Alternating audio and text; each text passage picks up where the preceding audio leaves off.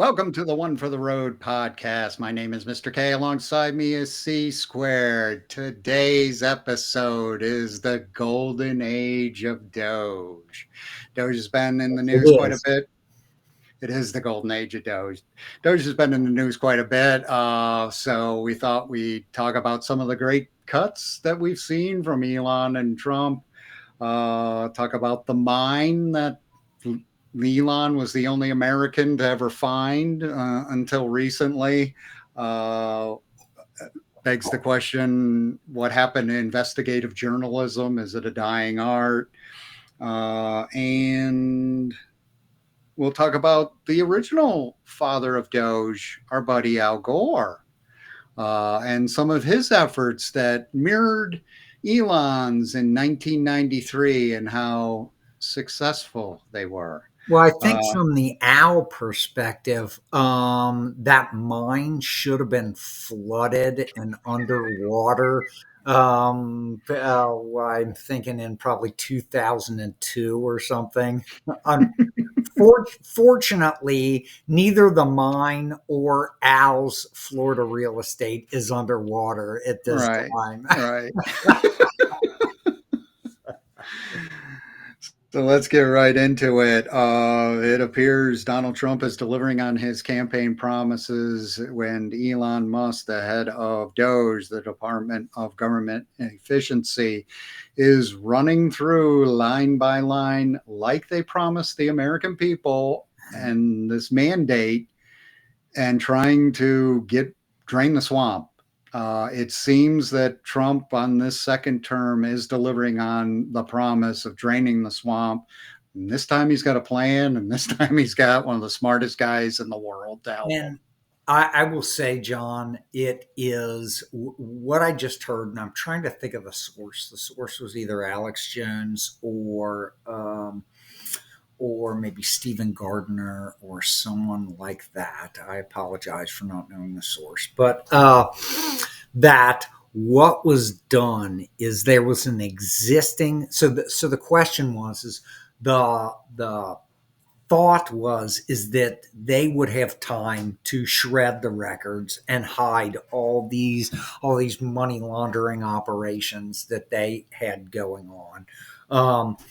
But what essentially happened is that they repurposed an existing department that had funding and had security clearance so that they could walk right in to the Treasury, to the IRS, to all these different organizations, pull up all the FEMA records and stuff like that, which I will tell you is shocking and brilliant.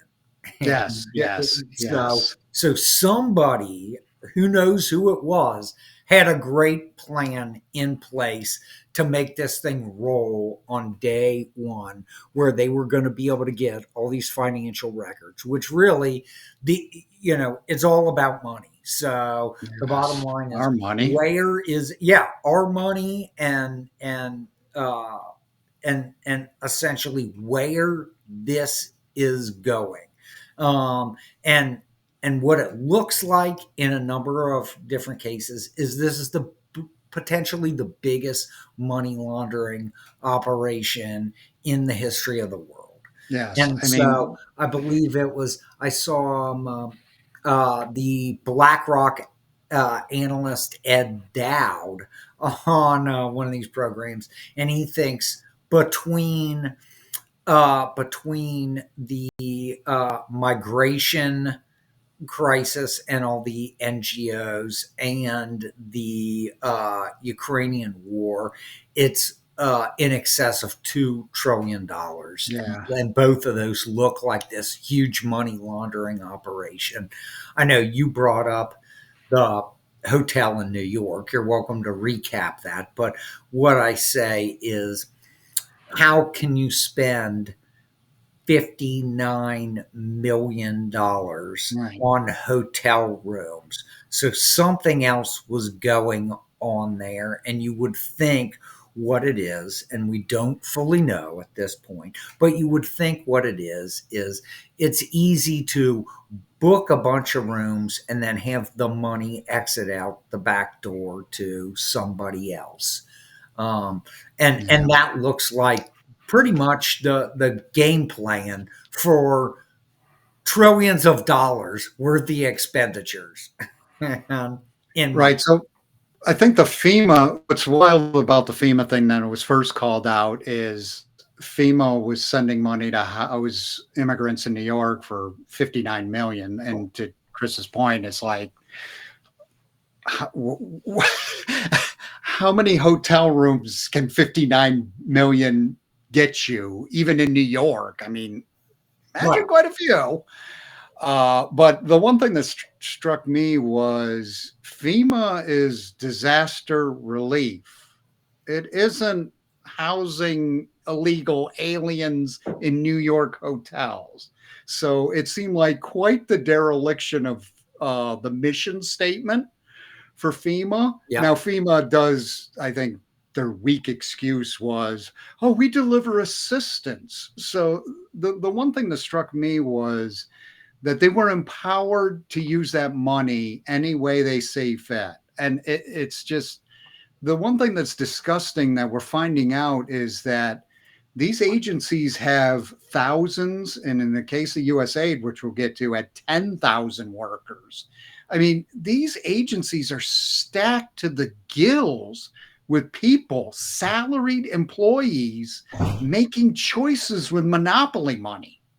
Right, exactly. And the question being is it's even worse than I misappropriated those funds to do something that was somewhat a legitimate effort. It is I misappropriated those funds purposely Right, for the purpose of money laundering. Now, right, nobody has been prosecuted at this right. point in time, but that is my thought of how this thing goes: is that everybody was funneling money, and I will just say this: the the notorious Clinton Foundation Mhm. um, has received hundreds of millions, if not billions of dollars. And so the question becomes, where did that money go? Let's see. We're Right, not even going to question. Um, we're not even going to question the cost of should you have bought this hotel room or should you have, built a gold mine in Haiti or whatever it is. We're not even going to question mhm. that. Let's just see the receipts and let's do a standard, you know, big four audit firm audit on this round circle and just see where all this money went. Same Right. scenario with Ukraine. I want to see the receipts of Yes. where all this went. And we're not going to suggest that there is any crime yet, or we're not going to suggest that we're negative on the way that you spent this funds. All I'm asking you for is Right. the receipts, and Right. then let's see where we actually got with this. And I'm betting the reason that there are so many people in DC that are complaining is that receipt audit trail is going to tell a super ugly story that Right. potentially has criminal implications written all over Right. Right. it. So So, that's a very good point. And I think that Elon and Trump are going for quick wins here. They're like, this is going to stop. The people responsible are being fired. yep, So that's the quick win that I've seen take place so far. right. And that is the quick win. But I would legitimately like to say is if you run an audit trail on this and you find criminal misdoing, which in my mind, if I was just to guess, would be money laundering. Right. If you find an entire money laundering operation, people need to be prosecuted for that. And the reason being is because if there is no criminal penalty for doing that, why wouldn't I do it again?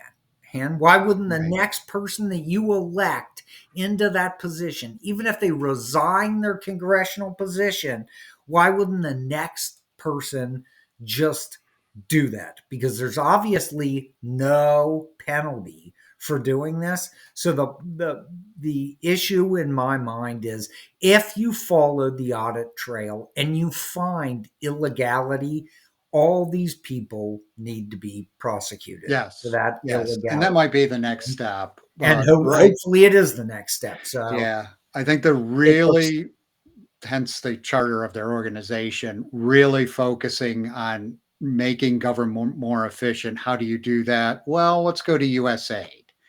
USAID had 10,000 employees. They were spending billions in wild areas like, let's subsidize the Afghan farmers to make more poppies so we it, can distribute heroin more freely worldwide. across the world. Right. And I say this, it's good to be king, where Right, and not be questioned on anything. How is it? And so on the other side of this, you have a tremendously large organization called the DEA. right, They are being funded to the tune of hundreds of millions or billions of right, dollars. So talk about creating a need and then filling it. right, I'm going to distribute, I'm going to get subsidize a bunch of heroin farmers and right, processors, and then I'm going to pay an entire organization to go around the world and shut these people down. That right, seems counterproductive to good financial stewardship. right. And so USAID, and of course, their charter was to give aid to countries that needed it. And, one would think if you're starving in Africa, funds would have been diverted towards there. But Elon found horrific amounts of waste. And like you said, I don't think we need 10,000 people distributing waste throughout the world. Right. So this is going to end with firings and layoffs, and the nonsense is not going to be funded anymore. And I mean, he's just reading off some of the USA funding endeavors under the Biden administration, by the way, and they were just on the face ridiculous. Well, and so you see, also, you go down to, I mean, they have not started any prosecutions that I am aware of, and I don't know. Now, the The Department of bottom Justice line has not been is you involved. look at this, and it goes back to funding regime change. And I will tell you what, J.D. Vance gave a blistering Yes, speech the other yes, day at some world conference about, and did bring up things like regime change and stuff of that nature, and basically said that the US's policy going forward is we are going to mind our own business. And that is, so if it does not directly impact us, then we should be minding our own business and right, not spending money on regime change of what appears to be, this is my thought, what appears to be a democratically elected government. So if you have a non-democratically elected government, then you cut off trade relations. How do you fix yes, that? You cut off trade relations. You do not send US taxpayer dollars to overthrow the government. And the Right. reason that you can't do that is because then who is the arbitrator of I don't like this government, right? Right. So you need, because that's an unofficial, if I am doing that behind the scenes with money from USAID and NGOs and all this kind of stuff like that, it becomes who is actually the arbitrator of that decision, because it's completely unofficial. So if you want to say that this government is a dictatorship or some type of fascist regime, cut off, get the president or Congress to cut off trade relations with Right. them. Right. And that is the way that they are essentially isolated. And then you push other people to cut off trade relations with them. And that is the way that they are isolated. And financially, without a shot being fired in some cases, Right. um, or in a lot of cases, that government will financially collapse. Yep. So it didn't cost me anything to Right. cut off trade relations. And by the way, Right. it's now an official policy by a bunch of lawmakers, opposed to some choice by an unseen bureaucrat or leader of an NGO, George Soros.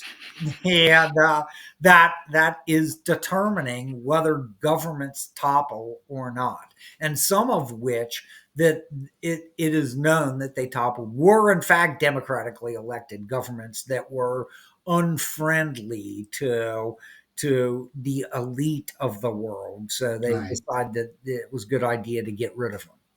Right. Right. Right. So, Yeah. And the other thing is everybody's like, well, Elon wasn't elected. Well, Elon's finding people who weren't elected, housing illegal aliens in New York hotels, funneling money to Afghanistan, funneling money to Greece, funneling money all over the world for what doesn't sound like aid efforts at all, or right. Yeah. loosely based aid efforts. I mean, teaching Well, and LGBTQ stuff and yeah, right, exactly. And for agendas that they, for really media based propaganda agendas right, that a bunch of people in the US probably don't even agree with.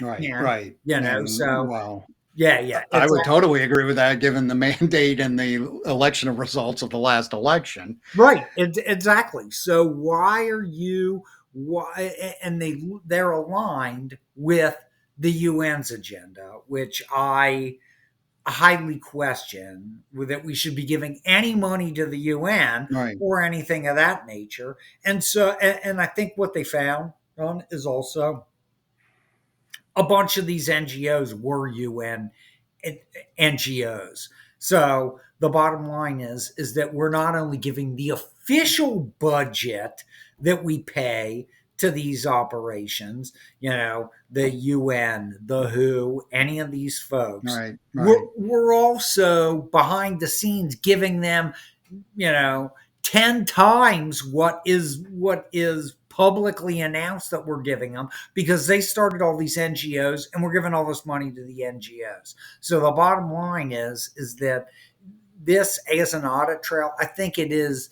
I think really we're just at the tip of the iceberg right, for what we're going to find here, and it is going to be way uglier than is even being announced at this point in time. And that is why you have um, a percentage of congressionally elected folks just saying complete nonsense on the streets, and potentially protesting and stuff of that nature on the streets. Complete nonsense. And I would say to any of the people that are backing them that are not on the payroll, which that's another questionable thought, is how many people behind you in this camera shot are actually on somebody's payroll.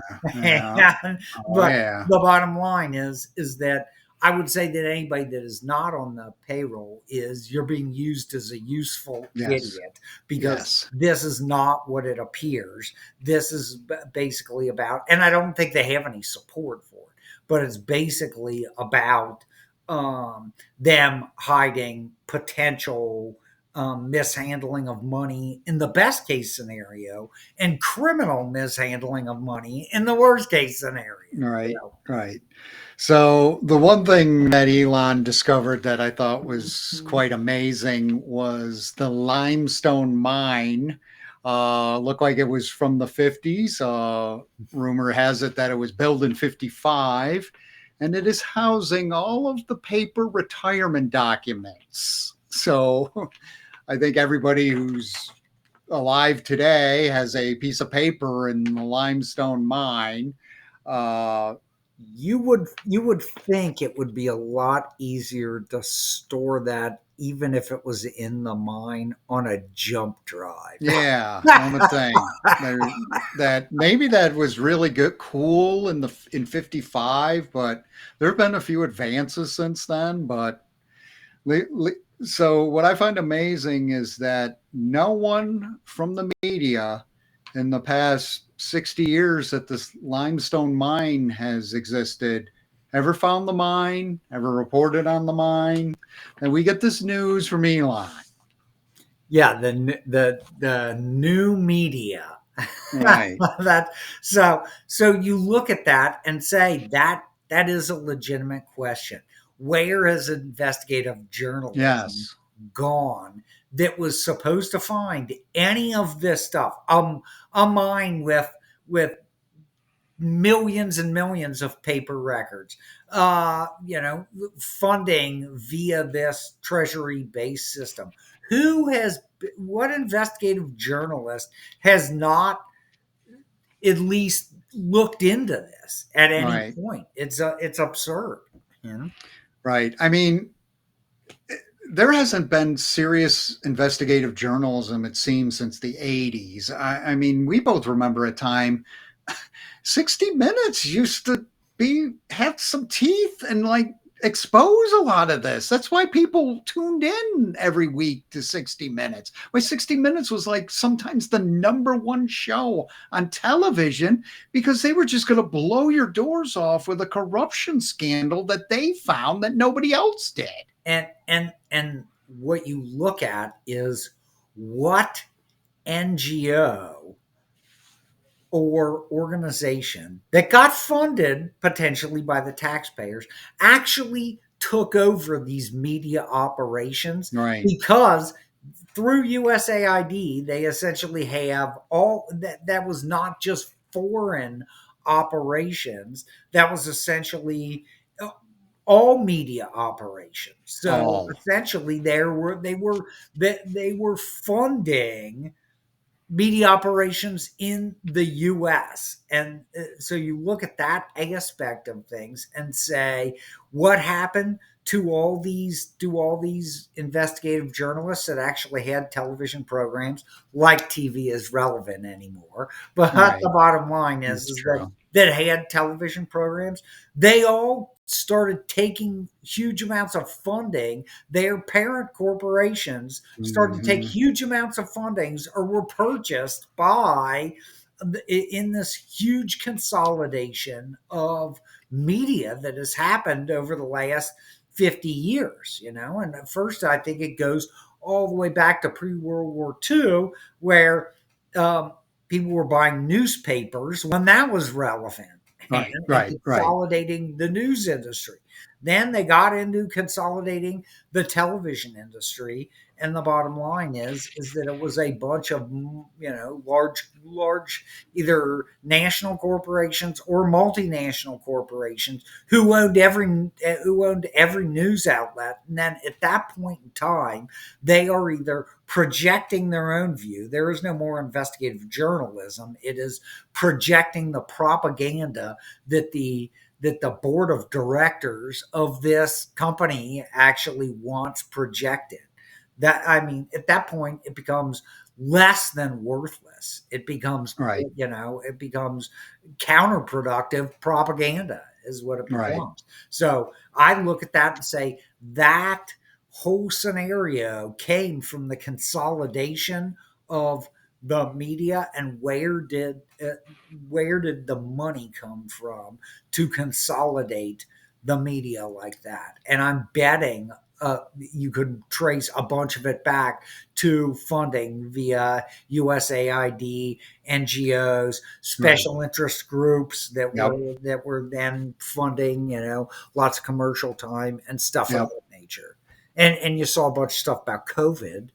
It too. There was just a huge amount of media propaganda that came through USAID related to controlling the narrative Right. for COVID, as if large pharmaceutical companies who will Mhm. remain nameless don't have enough money to Right. run their own commercials Right. Oh, on wow. television.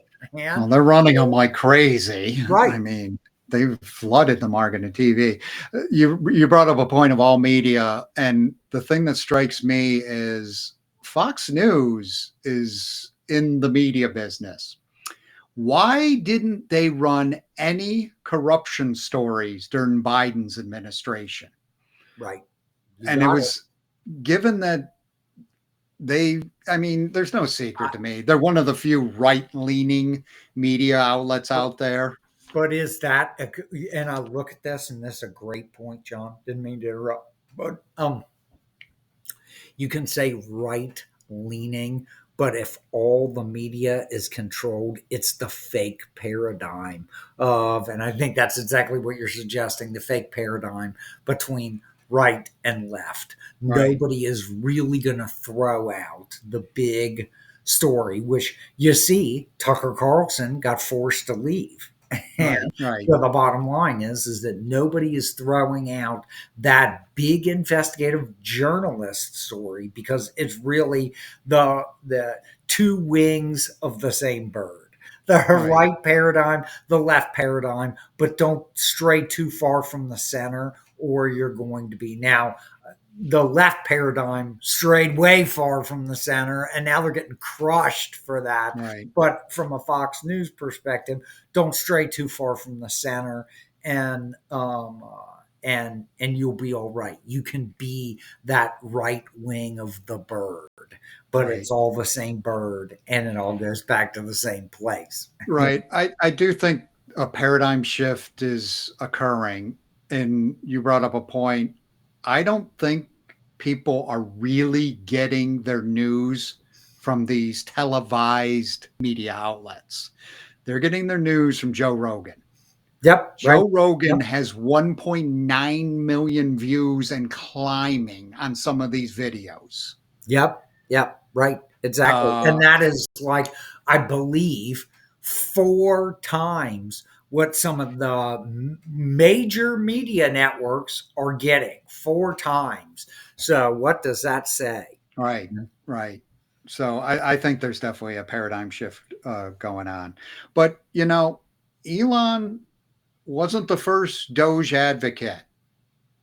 Al Gore, my man, father of the internet, was the precursor to Doge. So in 1990s, of course, when Al Gore was vice president, he had a vision of trimming the fat under the guise of the National Performance Review and claimed to have cut $200 billion worth of waste from the government.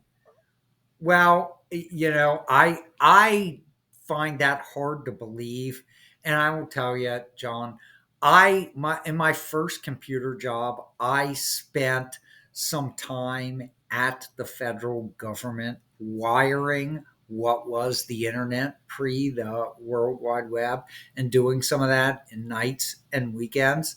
And I didn't see Al Gore there one time. So, He was laying cable. he must have been on the other end of the pipe Yeah. wiring those I, modems, he those was in 1,200 he was baud in modems California. together. There's a picture of him and Billy running cables through ceilings Uh, yeah, that in I California, of course, in in a high California. school. Yeah, right, in a high school. Right, Exactly. That's right. the how real is that? That was probably like the high school PA system cables. Right. It was the internet. Oh, wait a minute, that was the PA system that went to the to the classroom. So, just to put a wrap up on the Al Gore performance review and his cost savings, they did a little digging, and his 280 bill was actually three, which thanks, but there was a lot of meat left on the table, a lot of fat. There were huge. I mean, he's nowhere near the level Elon and Trump are doing. Well, and it appears to be, considering that his Florida estate is not flooded. Although he made a lot of money off the first movie, hopefully he lost it on Yeah. the second movie when people had wised up that this is a subsidized propaganda operation Right. that he's running here. And Right. but again, the fact that none of the stuff that was initially brought forth in any of his media endeavors has materialized, he would appear to be quite the source of disinformation Right. in many capacities. So Well, it's amazing that, since Mr. Gore left office, how rich he's become. On the flip side, Trump and Elon are not accepting a nickel for any of this work. Trump turned down the salary for the presidency, his first term, and he's done it the second term. that's fabulous. Elon's not getting paid. He doesn't need to get paid. He's the richest guy in the world, or Right. one of them. Exactly. And so and that's great that those guys are going through what I look at as I don't think that this is just in my mind, and I mean I've said this before. I don't think that this is just in my mind cutting budgets. I think there is a lot more to this. I think there is immense criminal. If I was to project my thoughts on this, I think there is immense criminal activity going on here. So they are doing the American taxpayer an immense favor. Even if they were getting paid, or any of the people on this team were getting paid, if they expose that level of corruption, Right. this mechanism of corruption that is been taking place for not 4 years, not 8 years. No, I, no, I am decades. saying so. Who started USAID? JFK. Right. So guess what? That puts it on high. You're heading towards the 50-year mark. You're beyond potentially beyond the 50-year mark of this mechanism being some type of money laundering mechanism. So they are doing the American people an immense Yes. favor. I don't know Yeah. how anybody other than people that have a criminal stake in this and are trying to hide the fact that they have a criminal stake in this. I don't know how anybody in the country can say that this is a bad thing. Right. You look at it and say the bottom line is that this is non political and not really about any specific issue. If you look at Right.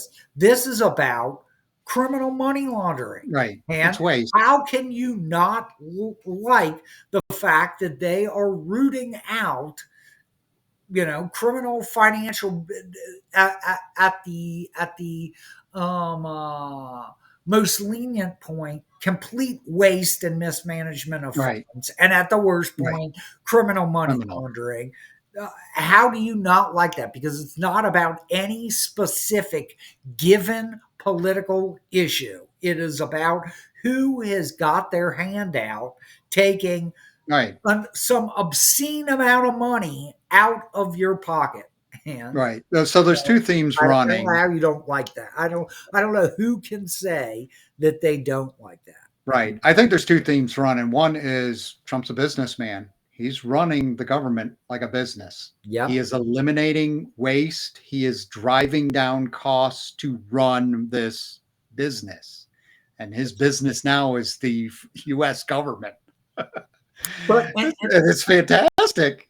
and so it is fantastic in that aspect. I have more support for this than a bunch of different stuff that is Right. going on in the administration. This is probably the biggest thing you could possibly support because if you were saying, putting on his businessman hat, I'm the CEO of this company, and one, we're losing money hand over fist out the Well, back he door. But the other aspect of this thing is, if you are, and I can't believe that this hasn't gone on through other presidencies, other than they thought they were never going to get caught, yeah. is if you are the CEO of the company and the auditing department comes to you and says there is massive fraud in Right. the books, man, Right. massive fraud in the books, and you say go away, you are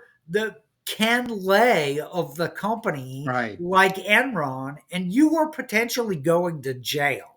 Right. Well, Because the auditors have identified criminal activity going right. on here, and you have chosen to do nothing about it, which makes you complicit in the crime. Right. Man. Right. So he arguably Trump inherited a business that had $1 trillion debt. Yeah, I yeah, mean, right. I mean, he inherited this mess, and he's like, "Well, I'm going to get the smartest guy in the world and fix it." right. Yeah, yeah, yeah, The exactly. other Well, theme and I see happening is you're seeing a lot of these cuts, and what it says to me is America first. yeah, yeah. No, We got I problems agree. here. America first. And So I as you am brought not up, going to be funding. $36 trillion, that is not a minor, that is not Right. a minor problem. That is I hate to say it, but the light at the end of the tunnel is a freight train of epic proportion Right. and barreling right towards you. So, Right. so I don't know how anybody, other than you are criminally complicit in this scam, I don't know how anybody cannot say that this is an incredibly positive. It's yeah, it's incredible. We've never seen this in our lives times, and we're pretty freaking old. No, no, I mean, and like I said about that Ed Dowd interview, this guy was high-ranking analyst, financial analyst for BlackRock, I Right. believe, and Yeah, it so was BlackRock. the largest, one of the largest controller of individual finance. I think they have like $10 trillion under management. So this guy does honest evaluations, or he wouldn't have had a job Right. like that Right. at a company of that size, man. So, and he is basically saying trillions of dollars are potentially have potentially gone out the door, and in the initial look, it looks like there is criminal activity going on here. Right. Yeah. So let's talk about where Doge is going. So keep in mind, folks, Trump's been in office like 36 days. And Yeah. all of this has gone down already. Now, here's some things to think about. Elon and the boys haven't hit all of the departments yet, Yep. like defense, Oh yeah. transportation. I mean, there are some coming up that they're going to go into. Oh yeah. And we're going to see even more corruption, I imagine, because he's found corruption in everything he's been in Right. the Department of Education, you name it, he's found corruption and waste. So another point I want to make that you touched upon, Chris, is I think this is all coming down in waves. Like I said, we're 36 days in. They haven't reached all the departments. So they're going to hit all the other departments. We're going to see more waste. I think wave two is when the criminal prosecutions start. Yep. Yep. And Warming so up Bondi to the side. yeah, and I'm not exactly sure. I don't know. I know that Kayesh Patel moved on. I'm not sure if he was actually confirmed. I thought I I'm not, saw I something don't that think, said he was confirmed, but he definitely moved on to the next level. So that is fabulous yes. between Kayesh and Bondi, that they could make a serious dent in the criminal organization, which, Right. you look at the aspect of what they initially found with the EPA, which I believe they're trying to claw that back, Yeah. is that they parked $20 billion outside of their budget in some bank account. And I just saw that they essentially sent something, that the current executive administration sent something to this bank and said, give the money back.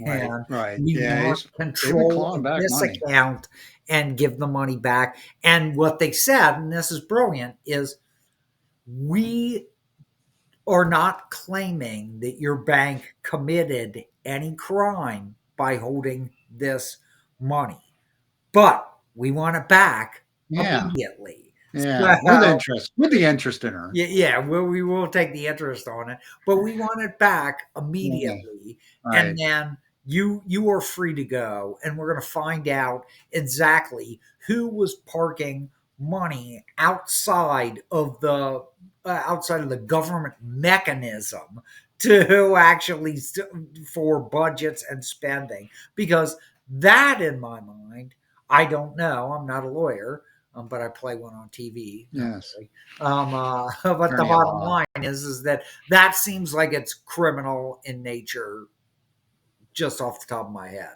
Right. So the ultimate end game, I think, of all this is when the dust settles. And then here's the thing, folks. These departments are gonna exist. They're just gonna be run with not 10,000 people, but maybe 1,000. The money is gonna be well spent. Money is gonna be spent probably on Americans, given it's the American government. The other thing that's gonna happen, I think, is the deficit is going to go down, is one, and Yeah. everybody's taxes are going to go down because we're not funding these behemoths anymore. Right. Right. It's going to take less money to run this monster that has become the U.S. government. Yeah. Well, and even if they don't, I would like to see what happens in this tariff situation to bring in money, because I think that bond issuance is what actually brings in the money for programs. So you'll see less bonds being issued, and what the tax dollars go for, in my knowledge, is to pay the damn interest on the bonds. So we're Yeah. potentially up to about right here in Mm, in paying interest. It's like mm, the interest on some high rate credit card, and we are at the end of our rope in that position of paying the interest. And so number one, we'll have the ability to dig our way out and pay down some of Right. the credit Right. card Yes. by not having to do all these bond issuances, which are Right. adding to the amount we owe on the credit card. So the Hmm. first thing I say is freeze the credit card at where it is. Yes. So if I was looking at this, they do two things. They issue new bonds and then they re up on bonds that expired. So the bottom line is that if you said the government can now only operate, its annual operating budget is based on the renewal Right. of expired bonds, and we're not issuing any new bonds, and that would be a step in the right Yes. direction Oh yeah. of the ability to, at a certain point, say, now we have stabilized the budget. We are only renewing the expired bonds. And at some point in time, we're going to take a small percentage of those expired bonds and not even renew them. And Right. because we're paying against the balance on the credit card and we're Right. paying down the Right. balance on the credit card. Right. So, I mean, potentially that's the way I would see things going. It would be great. On the other hand, the whole tariff idea is, boy, it sure would be great if you had a bunch of money coming into the government from Right. other sources Yeah. than the Tax money. taxpayers, Yes. um, Yes. to pay some of this stuff down, and then you could lower taxes. You could do both. You could not Yep. be renewing expiring bonds and not be issuing new bonds and paying down against the The interest principal. on Yeah. those Interest. bond payments. Yep. Yep. So C squared. That's all I got. Anything? Any closing comments? I think that was it. I think that was Go it. Elon. Running. Go Donald. Uh, I'm running I'll. for Secretary of the Treasury in 2028. All So right. Woo. I wish you well. Okay. You can reach us at one for the road podcast at gmail.com. Our soon to be constructed website will be at onefortheroad.net. Like us and subscribe to the podcast on YouTube. Chris, do you want to promote any gigs, any appearances you're personally going to make for the no, fine people of America? I think we will hold off on that. Okay. I And am not appearing anywhere except my I house. see. I doubt people are booking flights to fly into the Midwest to see the band play. So we'll Uh, hold off on that. all right, folks, that's a wrap. Have a good week. We'll be back next week. Have a great week, everybody. All right. That's That a was wrap, gold. John. Good Whoops. one, man. Let's Sorry. hold on for a second. Let me see I what. was so excited. I took the headphones off. Now I can't hear you. I'm like, duh. Hold on. Oh, that was good. Hold on here. Let me see how I save this, dude. Right, I keep forgetting how I save I keep this. Talk forgetting. about picture recording. Hold on here. Stop recording, dude. Did we not? Ah, crap. I don't think you stopped.